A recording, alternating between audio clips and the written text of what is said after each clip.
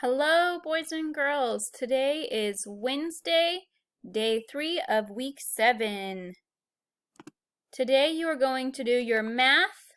You're going to put these numbers up here in order from greatest to least. You're going to count this money and put the total right here. You're going to write these numbers in expanded form. We have done this several times in math the last few weeks. You're going to solve these problems. These two are subtraction. These two are addition.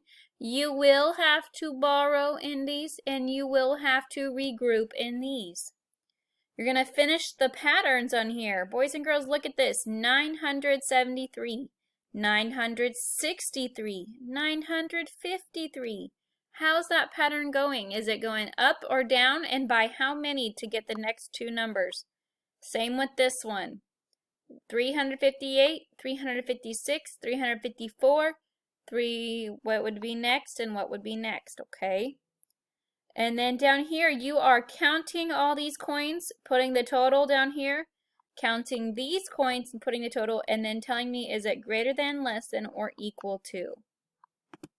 For the next page, for reading/grammar, you are going to, or maybe writing even, you're going to finish this story by putting in names. So you have to come up with two names, and you have to keep the same two names, okay? You can't change them.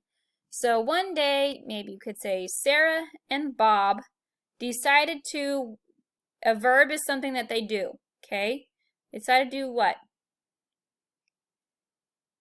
Camp or something like that, okay? While on their summer vacation.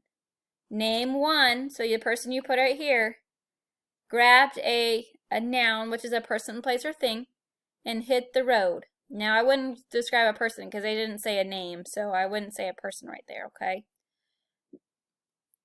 Name one, which is that first name again, thought they should blank. A verb is an action, which then name two, your second person, thought was very wild. It's summer vacation. We have to verb with something that you do, okay? Name one, exclaimed.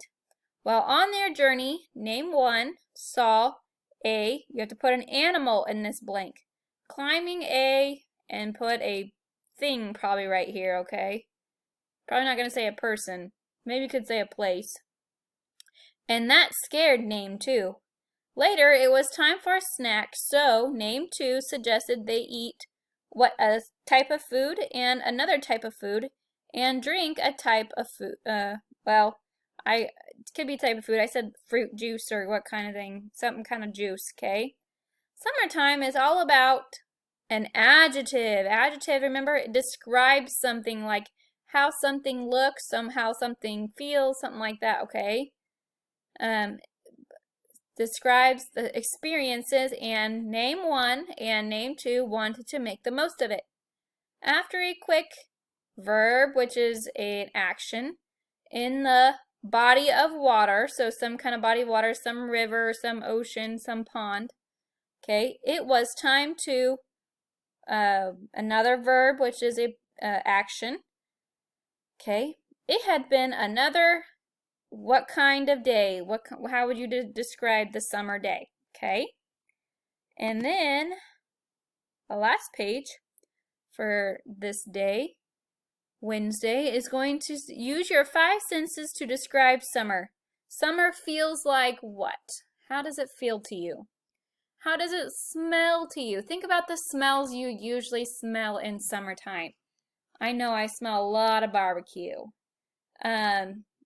It tastes like what? What is something that you eat a lot in the summertime that maybe you don't eat in the winter, okay? And it looks like how, and then what does summertime sound like? Maybe like when you go outside, or when you go, where do you go a lot in the summer and what does it sound like where you go there, okay? All right, so that is done for day 3 or Wednesday. If you have any questions, let me know. Work hard. Thank you.